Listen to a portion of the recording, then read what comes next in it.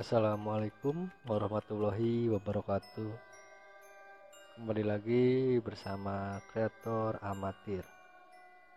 Kali ini kita akan melanjutkan cerita dari Kang Holil yang berjudul Celana Dalam part kedua atau part terakhir.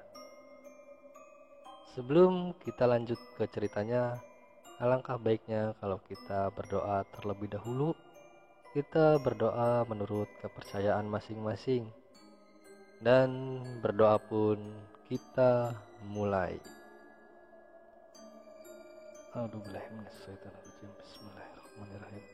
Allahumma inna nas'alukal salamatan fid din wa afiatan fil jasad wa ziyaratan fil ilmi wa barakatan di rizki wa taubatan qoblal maut wa rahmatan indal maut wa maghfiratan ba'dal maut.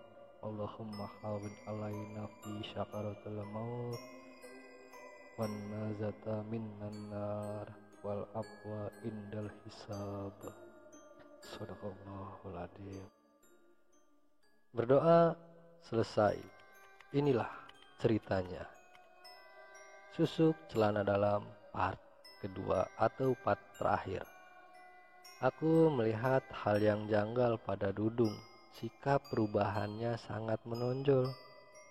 Dudung yang awalnya seseorang yang jauh dari kata percaya diri, namun dalam beberapa hari saja kepercayaan dirinya itu sudah berubah pesat. Keanehan pun tampak jelas kurasakan pada diri Memei.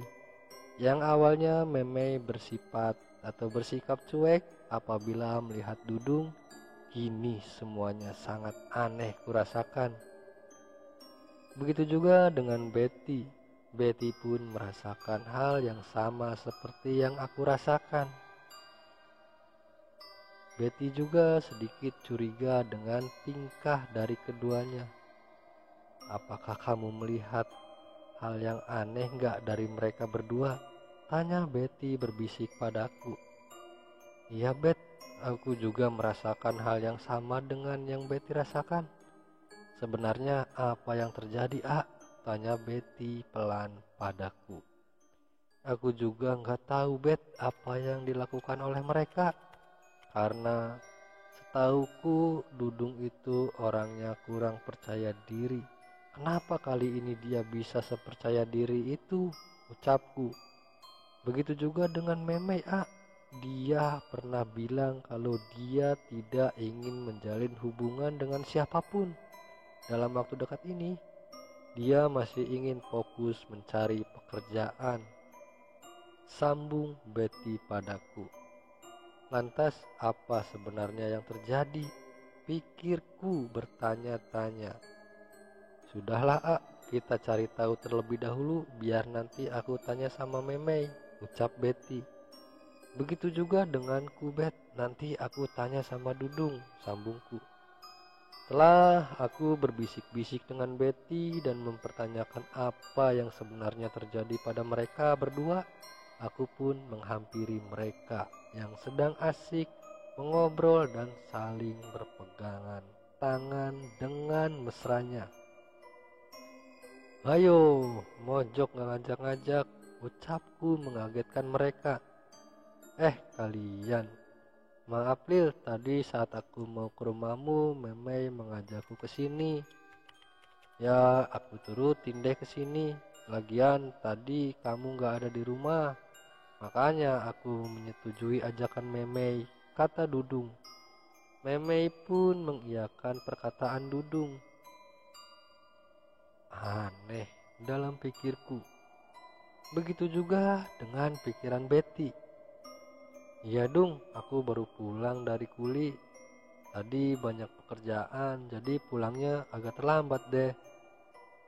Dan tidak sengaja ketemu sama Betty. Ya sudah, sekalian aja jalan dan melihat kalian ada di sini. Ya sudah, aku samperin aja ke sini. Dan kita pun seperti biasa mengobrol kesana kesini dengan asiknya. Dan tak lupa aku memperhatikan tingkah meme yang sepertinya terasa aneh untuk kulihat. Meme yang sekarang seperti bukanlah meme yang kukenal dulu. Tingkahnya yang tadinya seperti cuek dan pendiam, kini seperti kecentilan pada Dudung dan seperti tidak ingin jauh dari Dudung. Sesekali ku ejek Dudung. Cie-cie yang sudah jadian, ucapku. Dudung dan Meme hanya tersenyum malu-malu dengan ejekanku. Walaupun terlihat malu-malu, namun mereka tidak canggung memamerkan kemesraan mereka terhadap aku dan juga Betty. Sungguh sulit untuk kupercayai kemesraan mereka yang seperti ini. Sepertinya tidak mungkin kalau Dudung tidak melakukan sesuatu pada Meme. Namun aku juga agak sulit untuk bertanya pada Dudung. Dengan keadaan seperti ini, aku menyuruh Betty untuk mengajak Meme pulang. Namun awalnya Meme menolak, ingin Dudung yang mengantarkannya. Namun Betty memaksanya dengan alasan Dudung harus pergi ke suatu tempat untuk menemui bosnya. Dan aku pun mengajak Dudung pergi dari situ, dan Dudung pun mengiyakannya. Sepertinya Dudung juga merasa risih dengan sikap Meme yang seperti itu. Kita berempat kini berpisah, di mana Meme diajak oleh Betty pulang dan Dudung ku ajak ke suatu tempat untuk ku interogasi. Aku bersama Dudung melewati jalan setapak pembatas sawah menuju ke tempat biasa kita nongkrong. Selain di tempat biasa yang di pinggiran sawah, kami juga sering nongkrong di sebuah gubuk di kebun milik salah satu sesepuh di desa sebelah. Dan pemiliknya pun kenal begitu dekat denganku. Jadi kalau untuk sekedar nongkrong, pemiliknya pun tidak keberatan. Setelah sampai, ku mulai basa-basi dengan Dudung. Dan lambat laun ku menanyakan apa yang sebenarnya terjadi padanya dan juga Meme. Awalnya Dudung enggan untuk menceritakannya, namun dengan desakanku akhirnya Dudung pun menceritakannya padaku panjang lebar. Ceritanya panjang, Lil, ucap Dudung. Sepanjang apa, Dung? Kamu itu temanku sedari dulu. Ceritalah, ucapku. Dan akhirnya Dudung pun menceritakannya. Jadi gini, Lil, waktu aku pergi ke rumah saudaraku dan aku menceritakan kegundahanku pada sepupuku, aku diberikan selembar kertas berisikan tata cara untuk menundukkan kaum wanita. Maksudmu pelet, Dung? Tanyaku. Iya, Lil. Selembaran kertas itu berisikan tata cara untuk memelet perempuan. Awalnya aku tidak ingin melakukannya karena aku takut dengan syarat-syaratnya. Namun setelah diterangkan oleh sepupuku dan diyakinkan dan tidak ada syarat yang memberatkanku, akhirnya aku terima kertas itu dan akan aku lakukan saat aku pulang ke sini. Sebelum aku melakukannya, tadinya aku akan meminta saran ini padamu, tapi aku takut kamu akan melarangku. Apalagi setelah aku mendengar kalau kamu menjalin cinta dengan Betty, pasti kamu akan sangat membantah keputusanku. Dan berkat pelet itu juga kepercayaan diriku tumbuh dengan cepat. Pantas sudah kuduga kamu melakukannya, ucapku. Lalu pelet apa yang kamu lakukan pada si Meme, Dung, sampai dia bisa seperti itu? Tanyaku. Pelet celana dalam, Lil. Kapan kamu melakukannya? Tanyaku. 4 hari yang lalu, tepat pada malam Jumat, jawab Dudung. Asu kamu, apa kamu sudah gila, Dung, sampai-sampai kamu melakukan hal seperti itu? Ucapku. Kamu tahu nggak efek yang akan terjadi pada si Meme setelah peletnya berjalan dengan sukses? Tanyaku. Aku nggak tahu dan aku juga nggak dikasih tahu sama sepupuku apa efek yang akan terjadi pada si target. Goblok kamu Dung, kenapa kamu lakukan itu kalau kamu tidak tahu efek yang akan terjadi? Efek yang akan terjadi pada si Memei dan juga pada tubuhmu sendiri, makiku. Ya gimana lagi Lil, hanya ini yang bisa aku lakukan demi mendapatkan Memei, ucap Dudung agak ngegas. Astagfirullahaladzim Dung, kamu ini hanya demi menggait si Memei sampai nekat melakukan ini semua. Lalu bagaimana kamu dapatkan semua bahan-bahannya Dung? Tanyaku. Aku terpaksa mencuri dari rumahnya si Memei Lil saat hendak menemuimu waktu aku pulang dari rumah sepupuku itu.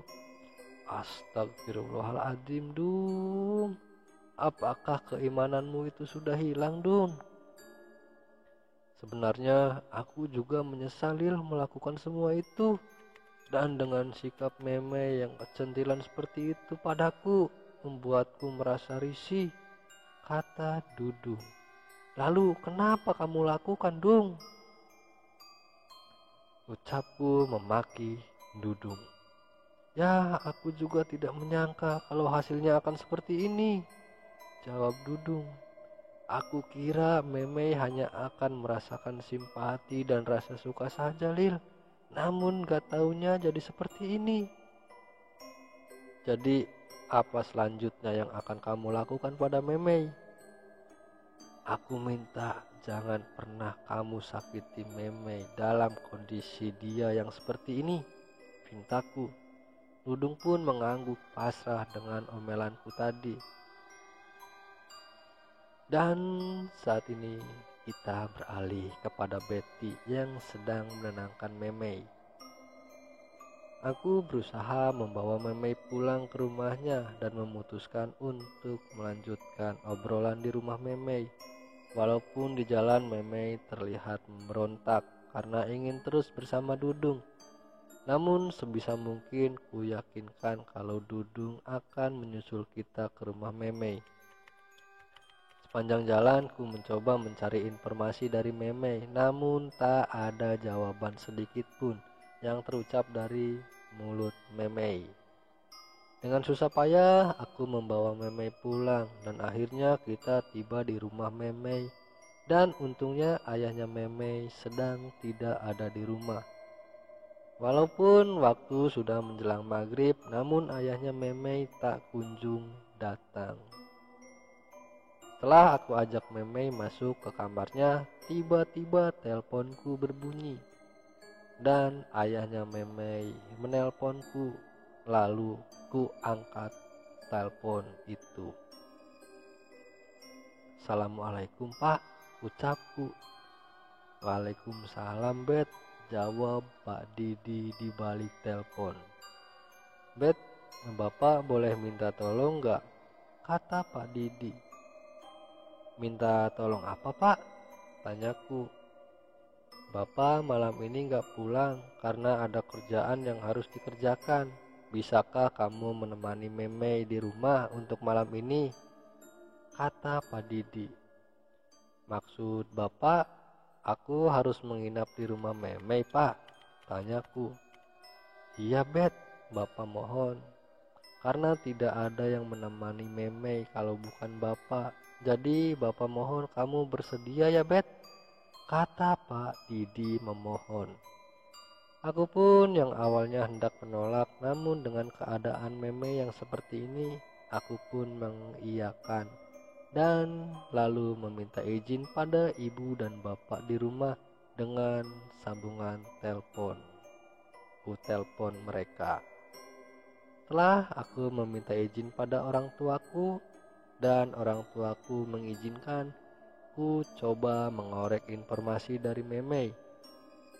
Namun Memei enggan memberikan jawaban yang memuaskan. Hanya berkata-kata kalau Dudung itu terlihat baik dan juga ganteng. Memang sih si Dudung orangnya lumayan ganteng dan juga baik, namun bukan jawaban itulah yang aku inginkan. Bahkan Memei juga terus berucap kalau Memei ingin menikah dan gak mau jauh dari Dudung. Mendengar ocehan itu, aku pun mulai malas mendengarkannya dan kutinggalkan rebahan. Dan tak sadar aku pun tertidur di samping Memei. Begitu juga dengan Memei yang kemudian ikut tertidur. Namun saat aku enak-enak tidur, terbangun dengan suara-suara desahan dari Memei. Ah, suara apaan itu? Sepertinya suara orang yang mendesah, pikirku. Setelah aku membuka mata, terlihat jelas apa yang dilakukan oleh Memei. Sesuatu yang di luar dugaanku. Ternyata Memei melakukan hal-hal yang di luar nalar. Memei melakukan sesuatu yang menimbulkan suara desahan dengan kondisi tubuhnya yang seperti menggeliat-geliat seperti cacing kepanasan.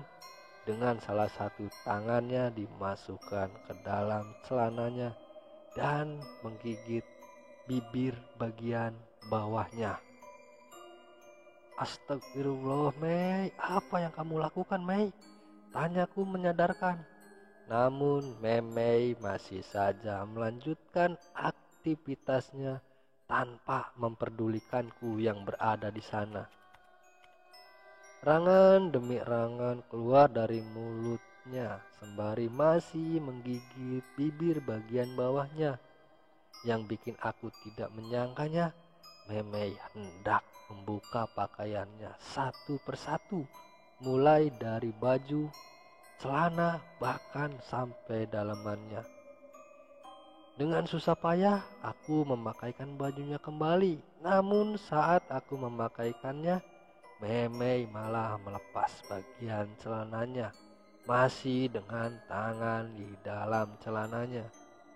Aku pun sudah kehabisan akal dan aku biarkan saja dan memutuskan keluar kamar Memei. Karena kejadian itu bukanlah Memei yang aku kenal. Sebelum subuh, aku masuk kembali ke kamar Memei dan menutupi tubuh Memei yang sudah telanjang bulat, tertidur dengan kondisi tertidur dan kuselimuti dengan selimut yang ada di sana. Dan pagi hari pun tiba, Padidi pun datang. Untungnya keadaan Memei sudah kembali normal. Dan aku pun memutuskan pulang ke rumah untuk beristirahat. Karena kejadian semalam, aku susah untuk beristirahat di rumah Memei. Dan sore harinya aku mengajak Holil pacarku untuk bertemu dan menceritakan semuanya pada Holil. Dan sore harinya kita bertemu dengan Holil untuk membahas perihal yang menimpa Memei. Kita bertemu di tempat biasa dengan membawa bekal kopi kesukaan Holil dan beberapa cemilan. Di gubuk yang biasa kita nongkrong, kita membahas perihal kejadian yang menimpa Memei. Ah, semalam aku menginap di rumah Memei, ucapku. Beneran, Bet, kamu menginap di sana? Jawab Holil. Aku sedikit memukul bibirnya Holil. Aduh, kenapa kamu memukul bibirku, Bet? Ucap Holil. Bisa nggak jangan panggil Bet-Bet? Emang aku raket tenis meja apa? Jawabku sembari cemberut. Lah, kan namamu Betty, masa aku panggil Iem? Ejek Holil padaku. Panggil Eneng ke atau Ayang ke, kita kan sudah pacaran lumayan lama, ucapku. Hehehe, iya deh Yang, maaf ya, jawab Holil. Nah gitu dong, biar kelihatan mesra gitu, ucapku. Jadi apa yang kamu ketahui tentang semalam? Tanya Holil. Aku tidak mendapat jawaban yang pasti, tapi aku yakin kalau si Memei diapa-apain sama si Dudung, jelasku. Soalnya semalam si Memei seperti melakukan masturbasi dengan sesekali mendesah dan erangan-erangan sembari menyebut-nyebut nama Dudung. Jelasku kembali. Sudah jelas sekarang kalau si Dudung sudah melakukan pelet pada si Memei, ucap Holil. Iya yang, kemarin juga aku tanya pada si Dudung dan si Dudung mengakuinya kalau dia sudah melakukan pelet pada si Memei, ucap Holil. Serius si Dudung bilang seperti itu? Tanyaku. Iya sayang, si Dudung sendiri yang bilang, jawab Holil. Lalu bagaimana sekarang? Tanyaku. Aku juga tidak tahu yang, jawab Holil. Ya semoga aja efeknya bisa hilang dalam waktu dekat, jawab Holil. Dengan membahas masalah Meme yang terkena pelet membuat kepalaku semakin pusing, dan kami pun mengalihkan topik dengan membahas tentang hubunganku dan juga Holil. Dan saat menjelang maghrib tiba, kita pun pulang dan berpisah. Oke, kita kembali ke sisi Holil. Semenjak itu aku tidak pernah melihat Dudung dalam waktu yang lama, karena kini Dudung sudah mendapatkan pekerjaan tetap di sebuah toko yang menjual berbagai macam bahan pokok atau sembako. Dan Meme pun masih dalam pengaruh efek pelet dari Dudung, dan sepertinya Meme sudah bisa mengendalikannya, karena di saat bersama ayahnya Meme tidak memperlihatkan tingkahnya yang tergila-gila pada Dudung. Sebenarnya mereka sering ketemu di rumahnya Meme saat malam tiba, dan ayahnya pun mengetahuinya kalau mereka saling menyukai. Dan selang beberapa bulan, kini ayahnya Memei pun meminta Dudung untuk menikahi Memei dengan tanpa syarat. Itu semua dilakukan ayahnya karena Memei merengek-rengek minta dinikahkan dengan Dudung, dan juga supaya Memei tidak nekat melakukan hal-hal yang tidak diinginkan, dan juga demi menjaga nama baik keluarganya Memei. Ditambah Dudung juga kini mendapatkan pekerjaan tetap sebagai karyawan di sebuah toko sembako yang gaji hariannya lumayan dan cukup untuk makan mereka. Singkat cerita, acara pernikahan mereka pun digelar. Tampak mereka sama-sama berbahagia, membuatku dan Betty merasa iri. Efek apa yang selanjutnya dirasakan oleh Memei, aku tidak tahu, karena setelah mereka menikah, mereka memutuskan untuk pindah ke rumah yang sudah disediakan oleh ayahnya Memei di suatu kota. Dan ayahnya pun sekarang merasa tenang karena menurutnya kebahagiaan anaknya adalah yang utama atau yang nomor satu. Dan kita pun kehilangan kontak dengan mereka. Namun di saat aku menikah, tampak mereka pun hadir dan memberikan selamat dengan wajah yang terlihat bahagia dengan menggendong seorang bayi. Sudah bisa dipastikan mereka sudah bahagia dengan keluarga kecilnya. Namun terkadang aku juga berpikir, kalau pelet itu digunakan dengan cara yang benar, mungkin akan membawa efek yang bahagia di akhir ceritanya. Itu hanya pikiranku saja.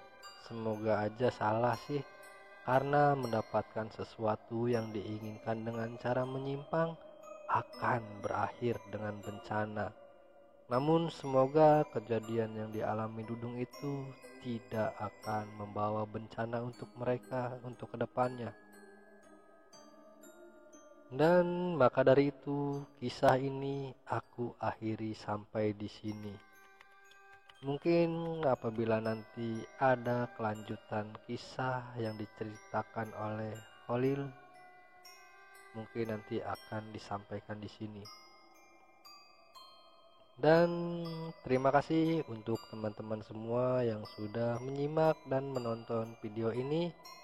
Seperti biasa, saya mohon dukungannya kepada teman-teman semua untuk membantu mengembangkan channel ini dengan cara klik subscribe, like, komen, dan juga share ke media sosial teman-teman semua.